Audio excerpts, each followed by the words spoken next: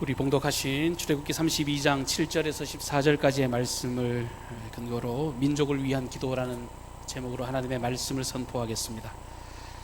코로나19로 인한 두려움이 지금 온 나라를 사로잡고 있습니다. 집어삼킨다고 표현해도 될 만큼 많은 사람들이 두려움에 빠져 있는 것 같습니다.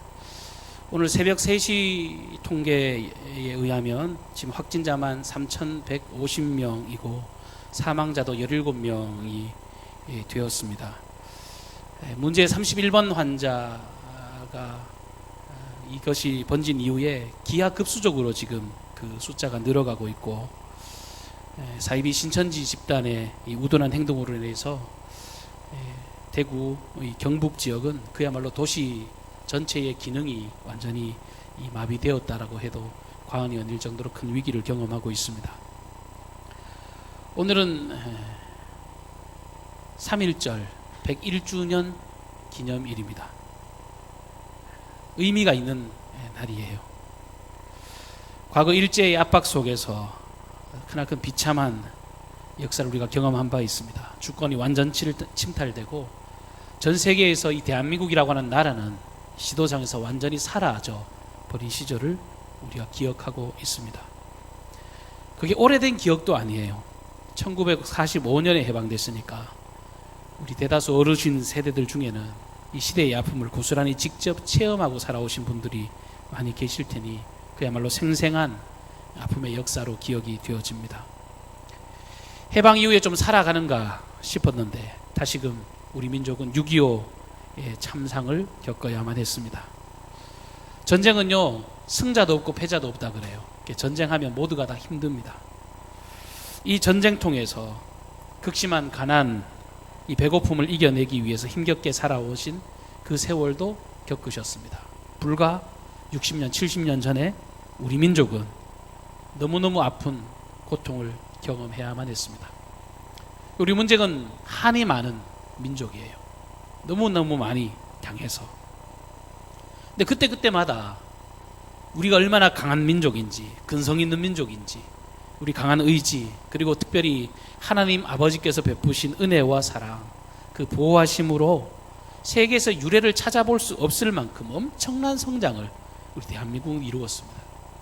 여러분, 너무 짧은 시간 안에 이룬 결과였기 때문에 전 세계가 놀랐습니다. 이 경제 성장과 더불어서 하나님의 교회도 얼마나 아름답게 성장했는지 모릅니다. 복음의 확장이 대단해서 1,300만 명의 그리스도인들의 나라가 되기에 이르렀습니다. 한국교회의 양적인 성장은 전 세계를 놀라게 했고, 많은 사람들이 한국교회를 탐방하기 위해서 전 세계에서 몰려들기도 했었습니다. 1960년에 5,000개에 불과하던 교회가 1990년에 이르러서 무려 36,000개로 30년 동안 62%의 증가를 이룬 교회가 우리 대한민국 교회입니다. 한국 교회가 성장이 한창일 때 어떤 마음이 들어요? 와, 진짜 복음의 이 확산이 너무너무 빨라서 이 나라가 진짜 복음으로 통일될 수 있을 것 같은 그런 뜨거운 마음이 우리를 집어삼켰고, 온 교회, 온 사냐마다 이 나라 이 민족을 위한 구국의 재단이 끊임없이 생겨나기 시작했습니다. 기도 소리가 끊이지 않았습니다. 과거 모든 위기의 순간마다 오직 하나님의 은혜만을 구하고 살아계신 하나님을 확신하며 간절히 기도했던 그 성도들이 있었기 때문에 이러한 번영을 누릴 수 있었습니다. 그런데 여러분, 우리가 이미도 주지하고 있는 바와 같이 1인당 국민소득 3만 불을 누리고 있는 지금의 상황은 그렇지 않습니다. 이미 경제소득이 높아지던 지난 2000년대에 들어서면서 하나님의 교회는요, 외형적으로는 굉장히 부유하고 성장해 보였지만 실제로 복음의 생명력은 잃어가고 있었습니다. 교회의 본질을 상실하고 빛과 소금의 사명을 감당하지 못하면서 세상으로부터 외면당하기 시작했고, 그리스도인이라고 하면 신뢰감을 주기보다는 믿을 수 없다는 입장을 세상 사람들을 통해서 공격받게 되었습니다. 예수님의 사랑의 복음, 예수님의 생명의 복음, 그것은 연합과 나눔이라고 하는 열매로 설명될 수 있고 증명될 수 있어야 되는데 교회가 대형화되면서 아쉬움이 많이 생겨요. 교회가 커지니까요. 어떤 현상이 생기느냐 하면 별로 다른 사람의 도움이 필요가 없게 됩니다. 특별히 아쉬울 것이 없는 형편이라 개교회 중심으로 전락해버립니다. 우리 교회만 잘 되면 됐지. 이런 폐쇄적인 교회관이 복음의 확장성, 우리가 수요일마다 사도행전의 역사를 봅니다만 복음이 끊임없이 전파되어지잖아요. 그 전파가 멈춰서게 되는 겁니다. 교단과 교단 사이의 갈등, 신학교와 목사들의 범람, 특정 교회의 밀집 현상, 이런 것들이 정말 많이 발생하게 됐습니다. 특별히 교회가 세속화되고 이 물량주의가 팽배해서 교회 부흥의 척도가 교회 크기, 첨단 시설, 성도의 숫자, 교육관, 주차장, 이런 외형적인 것들의 마음을 빼앗겨 버렸습니다. 이러는 동안에 하나님의 교회의 공신력은 땅바닥을 치기 시작했고 신뢰도는 점점 잃어가게 되었습니다. 교회가 이런 외적인 것을 치중하다 보니까 성도들의 마음 가운데 어떤 마음이 생기느냐 하면 더 좋고 더 잘 사는 것, 더 좋은 것, 이런 것들을 추구하는 기복주의가 한국 교회 안에 뿌리 내리기 시작하고 영적인 최선봉에 서 있어야 될 목회자들도 성장 제일주의, 물량주의에 함몰돼서 교회의 본질을 회복하기보다는 어떤 문화적인 유행을 따르고 명예와 물질을 추구하는 교회들이 많아지기 시작했습니다. 불과 얼마 전에도 이 대형교회 세습 문제로 한국 사회 전체로부터 비난을 당했습니다. 물론 한편으로 생각해 보면요, 자식이 목회 잘하면 세습할 수 있죠. 그리고 그 교회가 그것을 요구한다면 그렇게 할 수 있겠죠. 근데 여러분 아실 것이 뭐냐 하면 최근에 일어난 그 모든 일들은요, 세습 자체의 문제가 아닙니다. 그 이면에는 대한예수교 장로회 총회가 결의해 놓은 이 공동체가 마음으로 교회를 걱정하며 사회를 걱정하며 만들어 놓은 그 법을 어긴 행위이고 엄청난 물질을 포기하지 못한 그런 모습이기 때문에 이 교회 안팎에서 공분하고 있다는 것을 우리는 분명히 기억해야 합니다. 솔직히 시골 교회고 가난한 교회고 어려운 교회였다고 해도 그렇게 자식에게 대물림할 수 있을까? 그 질문 앞에서는 떳떳하지 못할 것입니다. 설교를 시작하고 숨이 찰 정도로 교회의 위기를 열거했습니다. 부인하고 싶지만 모든 게 다 사실입니다. 근데 여러분, 더 큰 문제가 있습니다. 이것이 단순히 교회만의 문제, 교회만의 위기로 끝나는 것이 아니라 이 교회의 위기, 신앙의 위기는 우리 민족의 위기와 이 나라의 위기와 직결되어 있다는 사실입니다. 지금 코로나19로 인해서 온 나라가 혼란에 빠져 있습니다. 너무 어수선해요. 어르신들이 이렇게 표현하는 걸 제가 들었습니다. 6.25 때 난리는 난리도 아니다. 네, 정말 크나큰 민족의 위기와 어려움을 지금 경험하고 있습니다. 근데 이런 위기를 경험하고 있을 때 우리 그리스도인들이 어떻게 해야 될까요? 예수 믿는 사람은 어떻게 행동해야 되겠습니까? 날짜가 참 절묘합니다. 오늘 3.1절 101주년, 새로운 뭔가 출발을 위한 기로에 서 있는 3.1절입니다. 또 사순절 첫 번째 주일입니다. 게다가 오늘 우리가 예배 드리고 있는 오늘은 대한민국의 수많은 교회들이 이 코로나로 인해서 예배당을 폐쇄하고 주일, 수요, 새벽 기도회, 이런 예배를 멈추는 초유의 사태를 경험하고 있는 시대에서 지금 우리가 지금 예배하고 있습니다. 일제 만행의 현장에서도 6.25 전쟁통에도 주일 예배를 멈춘 적이 없었습니다. 사랑하는 성도 여러분, 이 시대 가운데 주님이 우리에게 하고 싶은 말씀이 무엇일까요? 저와 여러분이 발견해야 될 하나님의 뜻이 무엇일까요?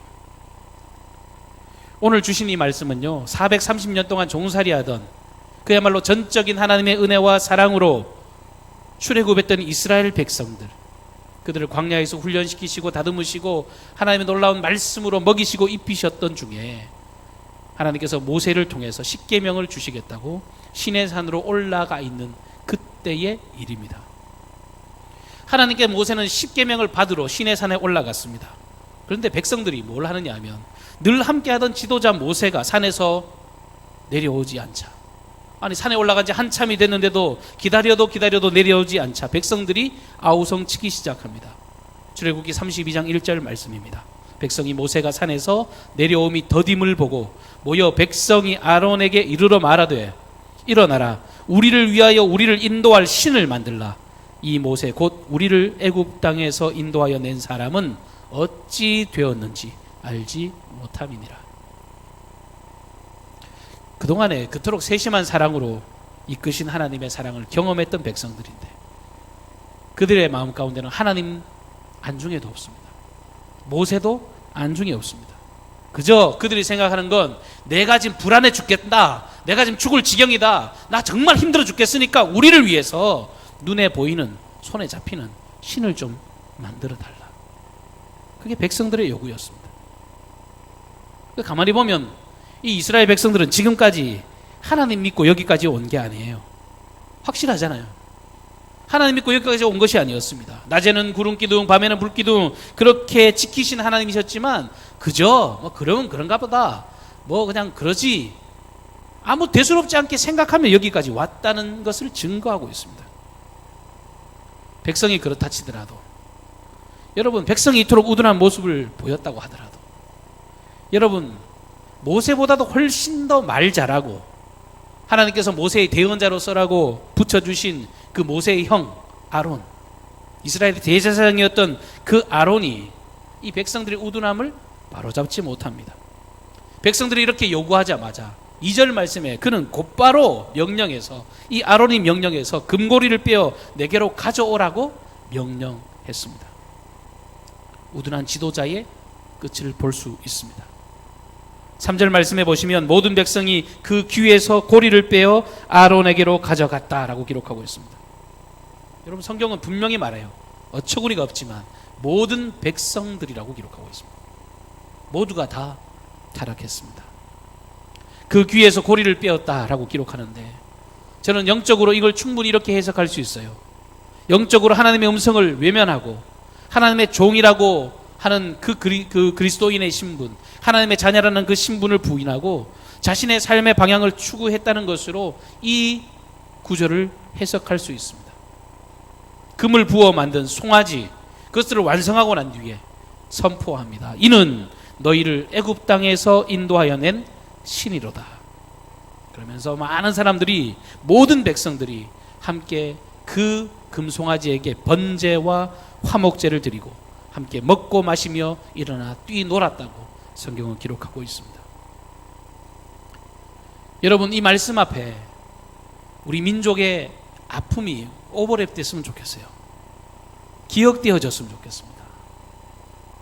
모세는 지금 하나님을 대면하고 있었지만 하나님께서는요, 그 백성들의 죄악을 모세는 알지 못했지만 하나님은 다 보고 계셨습니다. 하나님께서는 지금 모세와 말씀을 하시는 중에 산 아래에서 이스라엘 백성이 행하고 있는 모든 언행을 다 감찰하고 계셨습니다. 우리가 이거 놓쳐서는 안 됩니다. 이거 반드시 기억하고 살아야 됩니다. 하나님 모르겠지, 아이고 알턱이 없지, 아니에요. 모든 것을 감찰하시는 하나님, 무소부지하시는 그 하나님을 우리가 똑똑히 기억할 수 있기를 바랍니다. 시편 139편 7절과 8절에 시인은 이렇게 고백합니다. 내가 주의 신을 떠나 어디로 가며 주의 앞에서 어디로 피하리이까.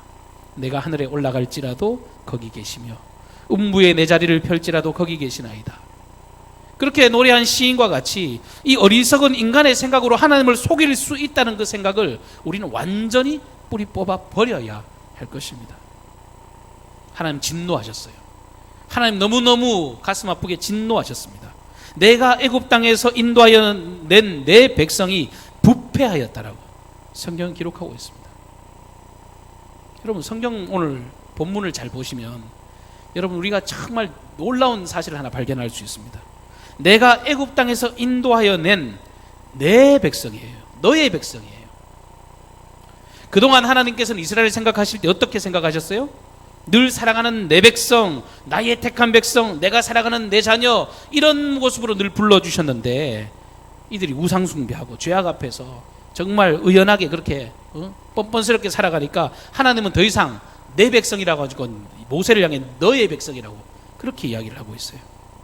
더 이상 나의 백성이라고 말하지 않으시고 너의 백성이라고 그렇게 진노하십니다. 뒤집어서 이야기하면 더 이상 내 백성으로 난 생각하지 않을 거라고 하나님은 선언하고 계십니다.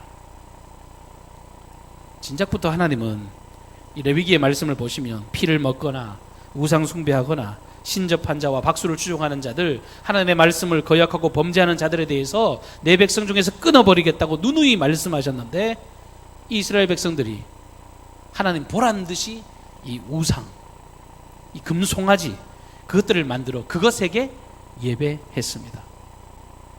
하나 쇳덩어리에 불과한 건데 그것에 불과한 그것을 신이라고 보고 오늘 하나의 말씀에 보면요, 그들에게 그것에 제물을 드리면서 애굽에서 인도하는 하나님이라고 고백하고 있으니 어떻게 하나님의 그 강한 진노를 피할 수가 있겠습니까? 하나님은 그 백성을 향해서 목이 뻣뻣한 백성이라고 노하시면서 그들을 다 진멸하시겠다고 대노하셨습니다.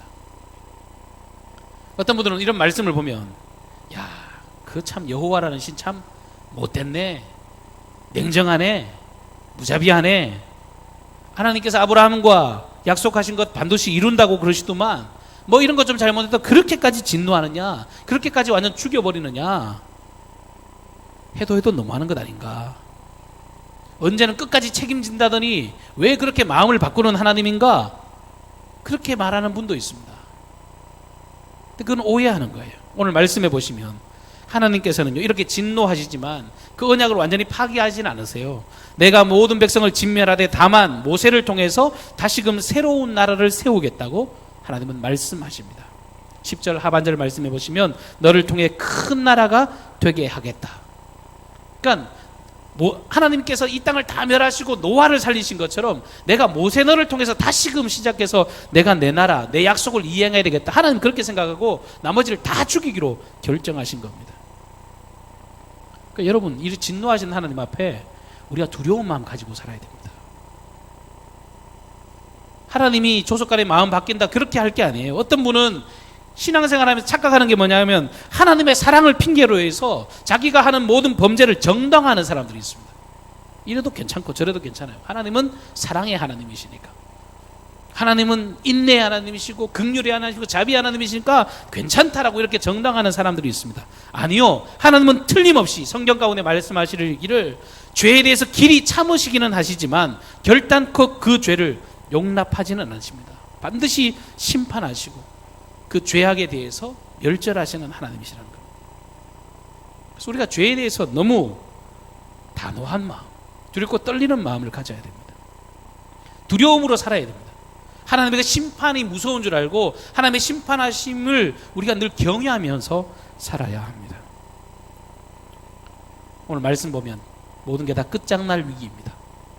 더 이상 돌이킬 수 없는 그런 아픔의 상황입니다. 그런데 이처럼 모든 백성들이 이 진멸할 위기에 있을 때 하나님의 사람, 신실한 주님의 종 모세는 하나님께 간절히 기도드립니다. 자기 죄가 아니에요. 백성들의 죄악을 두고 이 모세는 중보 기도를 하기 시작합니다. 모세가 그의 마음을 찢으면서 눈물로 애통하며 자기의 민족을 위해서 회개하며 기도합니다.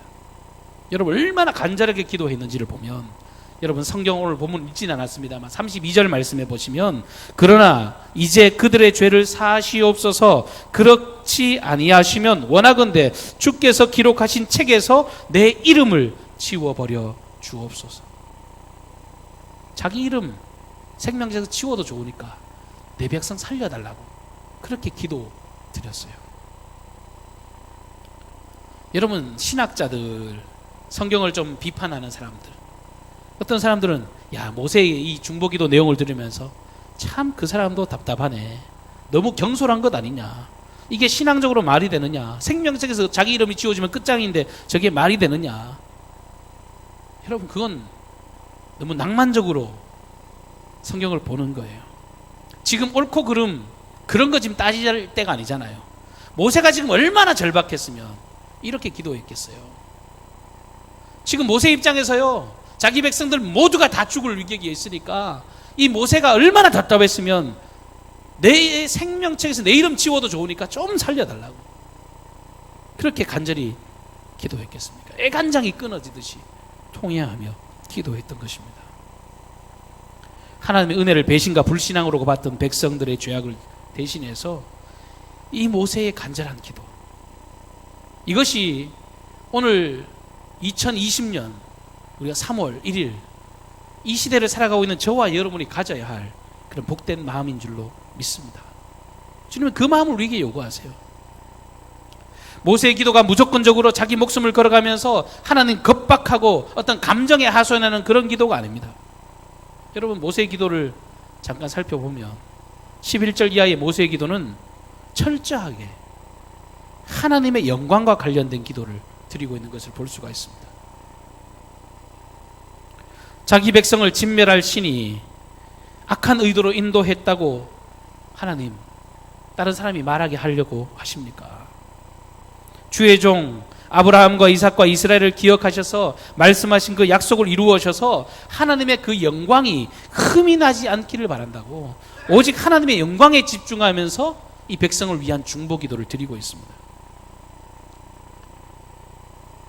여러분, 우리의 기도 안에 우리 개인의 어떤 목적이 나타나는 게 중요한 게 아니에요. 하나님의 영광이 드러나는 것이 중요합니다. 이 나라를 통해서, 우리 개인을 통해서, 여러분의 가정을 통해서 결국은 그 하나님의 영광이 상하지 않도록 주님의 영광을 위해서 우리를 돌보아 달라고 하는 기도가 우리에게 회복되어진다. 그냥 은근히 하나님 기분 좋게 만들어가지고 자기의 뜻을 관철시키려는 그런 의도로 하는 기도가 아니라 이 모세의 마음 가운데는 진짜 진심으로 정말 하나님의 영광, 하나님의 그 이름, 그 영광에 그 합당한 그 광채, 그것을 바라보며 그 이름에 합당한 영광, 그것만 바라보고 기도 드렸던 것입니다.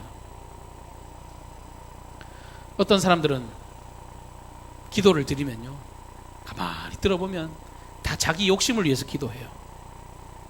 다 자기 어떤 명예와 성공과 그런 것들을 위해서 기도하면서 누가 물어보면 다 하나님의 영광이래요. 하나님 그거 모르실 것 같습니까?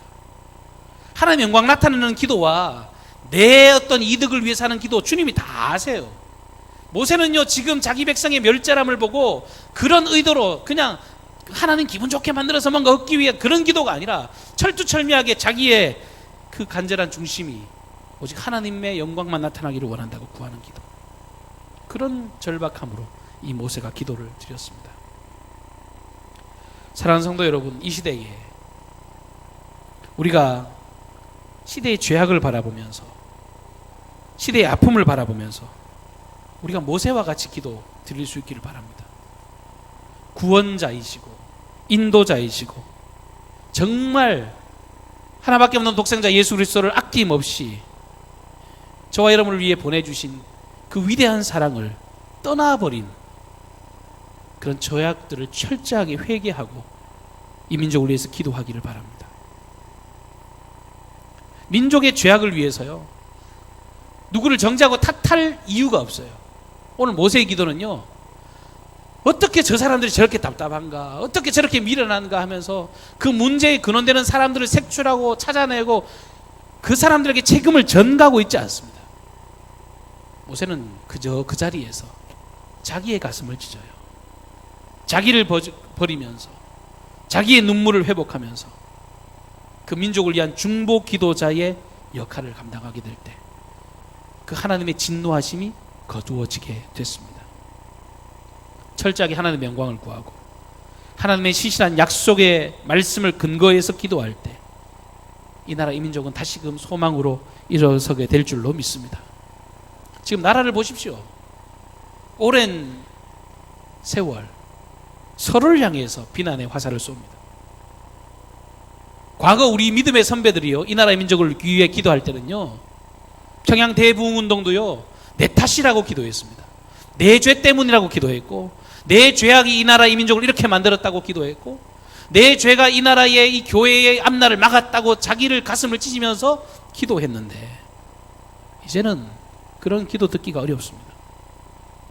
나는 잘하고 있는데 해도 저 사람 너무한다. 우리 교회는 문제가 없는데 저 교회는 해도 너무한다.